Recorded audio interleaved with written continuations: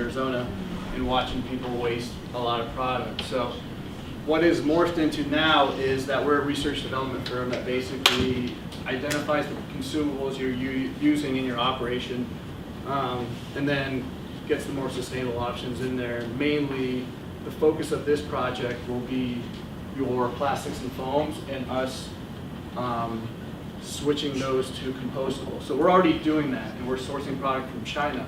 But what my goal is to actually manufacture them here in Iowa, because they're all essentially made from ag waste, so plant waste. We could use really the corn stalks and the fibers to make bowls and cups and all that. So what I'm looking for is a feasibility report to determine what it takes to set up manufacturing. I know about this much about it because I'm deep in startup world and we're thankfully super busy and things are going great. But I want to figure out how we can get around the China thing. So. Great job in Iowa. Yeah, I mean, we may see some more tariffs. Like, politically things can get crazy. But most importantly, we have the ability to do it here in Iowa, so it can create a lot of jobs. And what I'm most proud of is that we're tackling the plastics issue. We're tackling the foam issue. EcoCare, we actually compost, so we'll take all our compostables, all the food waste, actually have that composted. So my end goal dream is to have a facility where we're making the compostables, we're bringing our compost there, and utilizing that to, actually make product out of, and just having a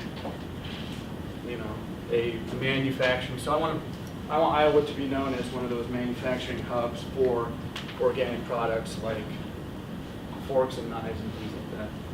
So essentially that's it. It's helping me figure out what are the legal issues that we come across. We're finding the land.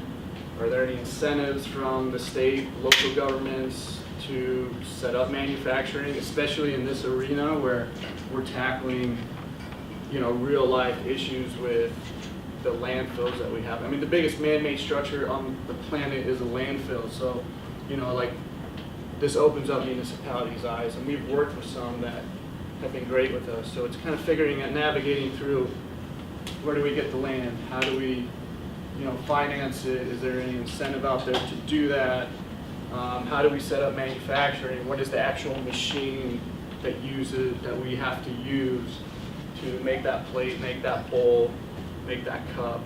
And from there, kind of figure out a price per unit.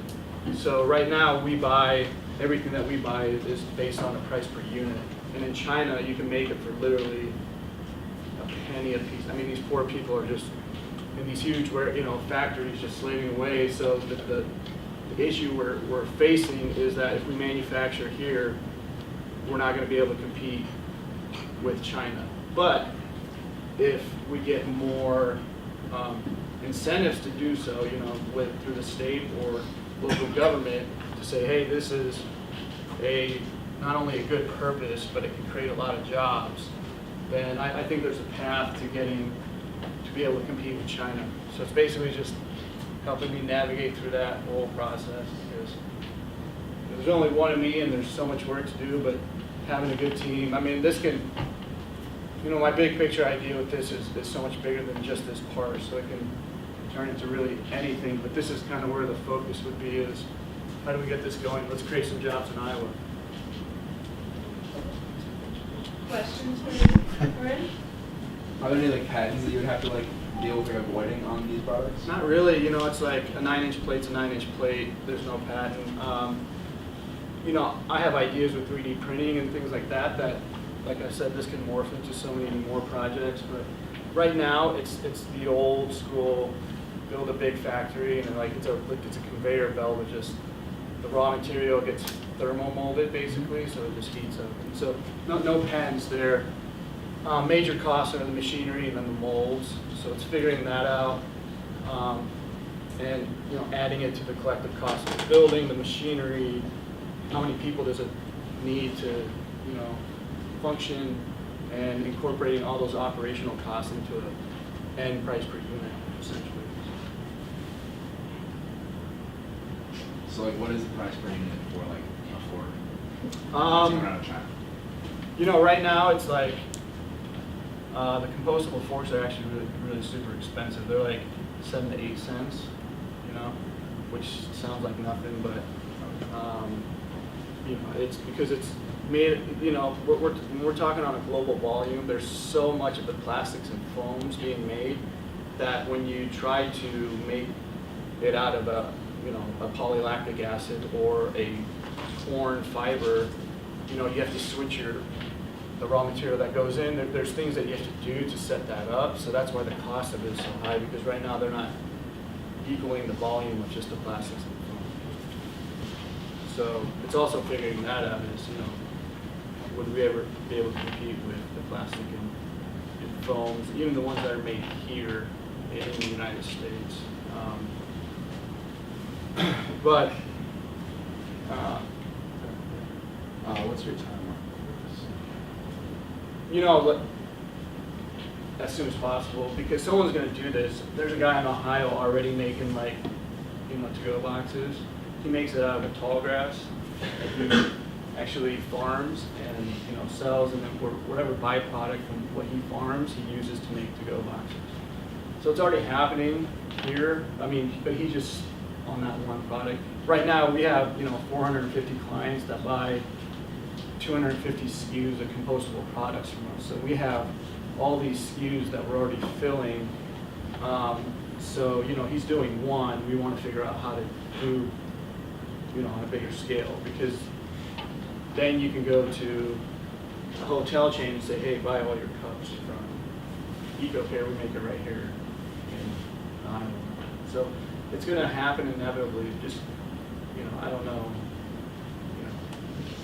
The timeline is, you know, theoretically you figure out that it's feasible, and getting the finance, getting all the funding and stuff is another project, but it wouldn't be difficult to do if you can prove that, you know, you can compete on the price. So, and I've never done anything like this, so I have no idea, you know, how it'll go on. If you're taking economics, guys, this would be huge. I mean, you can do everything, all your standards in economics, in just one. Yeah, the beauty of what I'm doing is, you know, on a global scale, everything's just product, buying product. So you can transition this into really anything that you then become interested, you know, fashion or selling anything, really. You know, you can learn a world that we all live in. You just go to a restaurant, you know, the napkins there, the cups there, but that thing travels so far to get to you. So there's a lot that you can learn just on a global economic scale. It's probably not the coolest project out, so I get that, but I think there's a lot to learn. It can be lucrative.